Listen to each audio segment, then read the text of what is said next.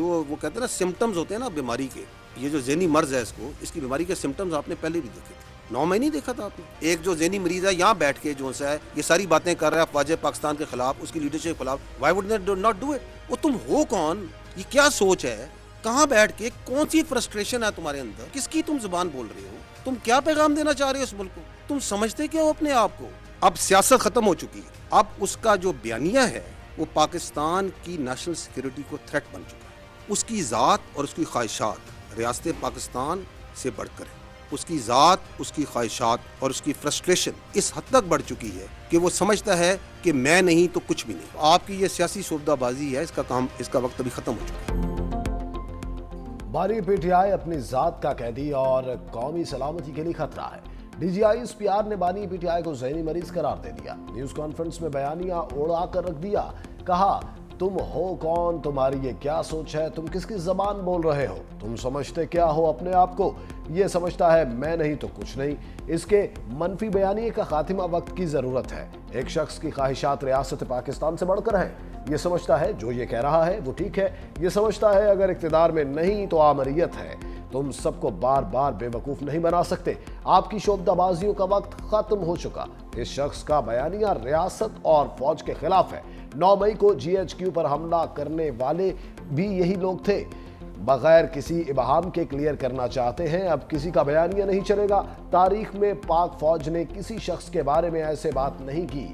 ماضی میں کسی سیاستدان نے یہ کام نہیں کیا. کوئی سمجھتا ہے کہ اس کی ذات, اس کی سیاست اس ملک کی تحفظ سے, اس ریاست سے, اس کے عوام کی جان و مال اور عزت سے بڑی ہے تو وہ غلط سمجھتا ہے. وہ آپ کے کیڈٹ کالج وانا پہ حملہ کرتے ہیں, آپ کے بچوں کو شہید کرنے کی کوشش کرتے ہیں. یہ ذہنی مریض ہوتا تو یہ تو کشکول لے کے بات چیت کے لیے چل پڑتا کہ بات چیت کرتے ہیں. بھیجو اپنی اولاد کو اس فوج میں, ان کو تو تم نے باہر رکھا ہوا ہے. بھیجو اس فوج میں اور کھڑا کرو خوارج کے آگے, کھڑا کرو ہندوستان کے آگے جن کی تم سہولت کاری کر رہے ہیں. پاکستان میں جھوٹ اور فریب کا یہ کاروبار مزید نہیں چلے گا. اس کی اجازت نہیں دی جا سکتی. ہم کہیں نہیں جا رہے. فوج کھڑی ہے اور کھڑی رہے گی. اس کا باپ بھی فوج اور عوام میں دراڑ نہیں ڈال سکتا. تم کون ہو جو غداری کے سرٹیفکیٹ بانٹ رہے ہو؟ اپنے آپ کو عقل کل سمجھنے والا دوسروں کو غدار کہتا پھر رہا ہے.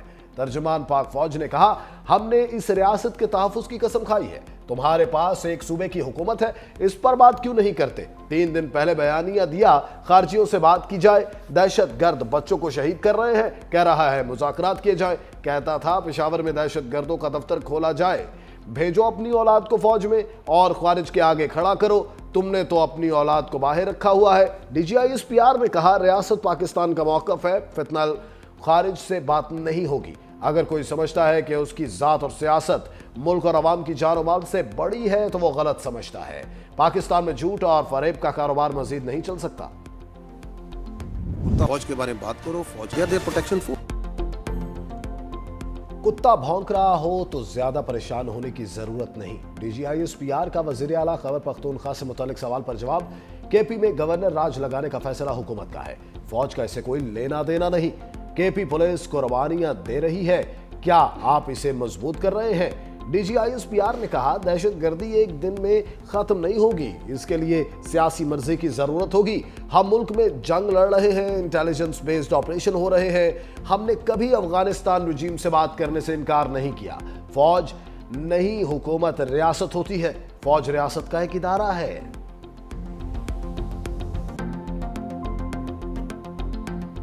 یہ جو بھی اس نے 2 دن پہلے ٹویٹ کی ہے اس ذہنی مریض نے, اس ذہنی مریض کی ٹویٹ کو دیکھیں کیسے انہوں نے ٹویٹ کیا. یہ آپ کی ٹویٹ ہو رہی ہے.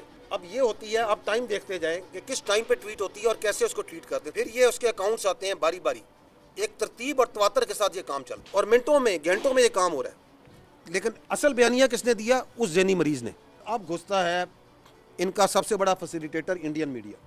یہ انڈیا کے پکے را کے اکاؤنٹ ہیں جو چل رہے ہیں. ذرا سنیے کیا کہہ رہی ہیں محترمہ انڈین ٹی وی پہ بیٹھ. یعنی کے پی کے والے حملہ بول دیں جیل کے اوپر. اتنی خوشی کے ساتھ انڈین میڈیا آپ کے آرمی چیف کے بارے میں یہ خبریں بیان کر رہا ہے. کہاں سے نیریٹو چل رہا ہے, کدھر سے ٹویٹ ہوتی ہے اور کس طرح اس کو اٹھاتا ہے, وہ آپ کے سامنے میں نے دکھا دیا. بھارتی میڈیا پاک فوج کے خلاف پی ٹی آئی کی زبان بنا ہوا ہے. بھارتی میڈیا مخصوص ٹولے کا سب سے بڑا سہولت کار ہے. یہ ایک ٹیرر کرائم نیکسس ہے. ذہنی مریض اپنے اکاؤنٹ سے پہلے بیانیہ بناتا ہے,